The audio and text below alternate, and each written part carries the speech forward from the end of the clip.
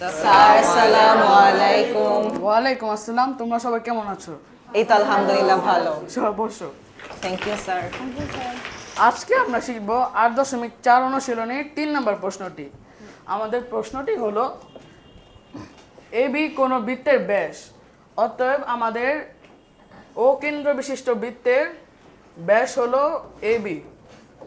এখন আমাদের পর বিসি ব্যাসার্ধের সমান জে, অতএব এই ব্যাসার্ধের সমান জে হলো বিসি। তারপর আমাদের কি আছে, এ ও বিন্দু অঙ্কিত স্পর্শক দ্বয়, অতএব সি বিন্দুতে অঙ্কিত স্পর্শক এবং এ বিন্দুতে অঙ্কিত স্পর্শক ডি বিন্দুতে মিলিত হয়। তাহলে আমাদের প্রমাণ করতে হবে যে এ সি ডি সমবাহু ত্রিভুজ।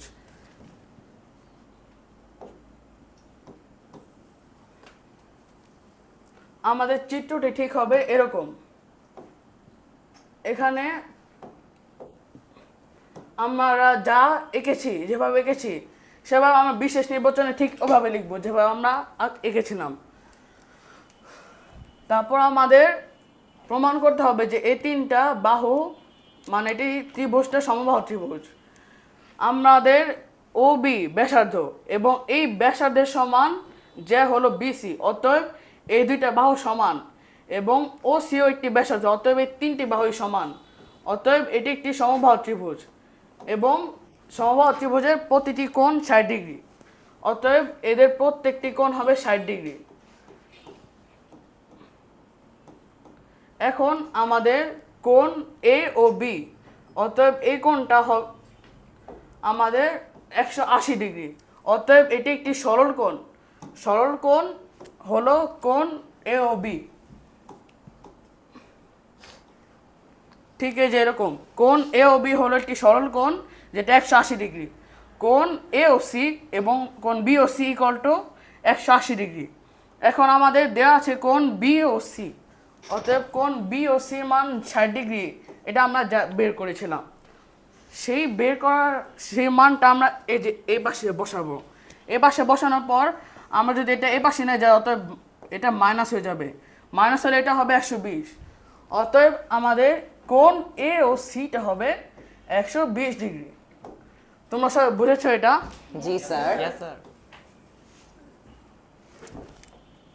এখন আমরা যা দেখেছি পাশে এ সি ও সি একটি ব্যাসার্ধ এবং ও এটাও একটা ব্যাসার্ধ। এখন আবির দ্বারা তো যদি কোনো ত্রিভুজের দুইটি বাহু সমান হয় তাহলে এটা কি ত্রিভুজ? স্যার এটা সমদ্বিবাহু ত্রিভুজ। হ্যাঁ ঠিক আছে, বসো। যদি এটি সমদ্বিবাহু ত্রিভুজ হয় তাহলে এর সমান সমান বাহু সংলগ্ন কোণ, অতএব কোণ এ ও এ সি এবং কোণ বি সি এটাও সবে সমান কোণ। আমাদের ঠিক এই যে এরকম যে দুইটা কোণ সমান, কারণ সমদ্বিবাহু ত্রিভুজের সমান সমান বাহু সংলগ্ন কোণ সমান দ্বারা সমান হয়। তারপর আমরা এই যে আমরা জানি যে তিনটা কোণের সমষ্টি 180 ডিগ্রি। এখন আমরা বের করেছিলাম যে এই কোণের মান 120 ডিগ্রি। যদি এই কোণের মান আমরা এই যে এই জায়গাটাতে বসাবো, এখন আমরা জানি যে এ ও এ সি এবং ও সি এ সমান, অতএব আমরা এই দুটাকে একইভাবে লিখতে পারি কোণ ও এ সি এবং কোণ ও এ সি। দুইটা যদি আমরা যোগ করি তাহলে আমরা পাবো 2 ও এ সি।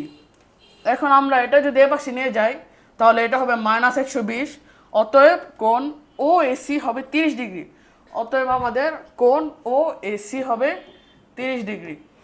এখন আদি দ্বারা তো যদি এটা 120 এবং এটা 30 ডিগ্রি হয় তাহলে এই কোণটা কত হবে? 30 ডিগ্রি হবে। ঠিক আছে, বসো। Thank you sir. এরপর আমরা এই কোণটা করব। আমরা জানি যে কোনো বৃত্তের স্পর্শক, এই স্পর্শক বিন্দু হতে বৃত্তের কেন্দ্র যদি আমরা সংযোগ করি তাহলে এই বৃত্তের কেন্দ্র আর এই রেখা এ পাশে লম্ব তৈরি করবে। যদি এরকম হয় তবে আমরা দেখব যে এইখানে এটি স্পর্শক এবং স্পর্শক বিন্দু হতে কেন্দ্র যদি আমরা সংযোগ করি তাহলে এটা আমাদের একটি সমকোণ বা লম্ব। অতএব আমরা এপাশে দেখছি যে এপাশে ও সি ডিসির ওপর লম্ব, অতএব ও সিডি হবে 90 ডিগ্রি, অতএব কোণ ও সিএ এবং ও এসিডি হবে 90 ডিগ্রি। এখন ও সিএ অতএব এই কোণটা আমরা বের করলাম যেটা কোণ 30 ডিগ্রি। অতএব আমাদের এপাশে আমরা কোণ ও সি এর মানটা 30 ডিগ্রি লিখব। তাহলে আমাদের এপাশে কোণ এসিডির মান বের হয়ে যাবে। অতএব এটা 60 ডিগ্রি। সবাই এটা বুঝছো? জি স্যার। তারপর আমাদের প্রমাণ এপাশে ঠিক একইভাবে কোণ এস সি এ ডি মান বের করতে হবে। তাসনিয়া দাঁড়াও তো, এই কোণটা মান কত হবে? Sir 60 degree. কিভাবে? স্যার আপনি অলরেডি বলেছিলেন যে এটা একটা সমকোণ হবে, তাই এখানে 90 - 30 হবে ইকুয়াল টু 60 ডিগ্রি। ঠিক আছে, বসো। ঠিক একইভাবে এই জায়গাটাও 60 ডিগ্রি হবে। এখন যদি ওটা 60 ডিগ্রি হয়, অতএব কোণ এসিডি এবং সিএডি, অতএব কোণ এটা এবং এটা 60 ডিগ্রি লেখার পর কোণ এডিসি, অতএব এই কোণটা বের করতে হবে। যদি এই কোণটা বের করতে চাই তাহলে আমাদের এই দুটো যোগ করে ঠিক এই পাশে এসে বিয়োগ করব। বিয়োগ করলে বের হবে কত? 60 ডিগ্রি। এখন যদি এটা 60 ডিগ্রি হয় তাহলে এর প্রত্যেকটা কোণ হবে 60 ডিগ্রি। এখন আমরা প্রথমে বলেছিলাম যে কোনো সমবাহু ত্রিভুজের প্রতিটি কোণের মান 60 ডিগ্রি। অতএব যদি প্রত্যেকটি কোণের মান 60 ডিগ্রি হয় তাহলে বলো তো এটা কি ত্রিভুজ হবে? সমবাহু ত্রিভুজ। হ্যাঁ, ঠিক আছে। এখন প্রশ্নটা আবার দেখা যাক।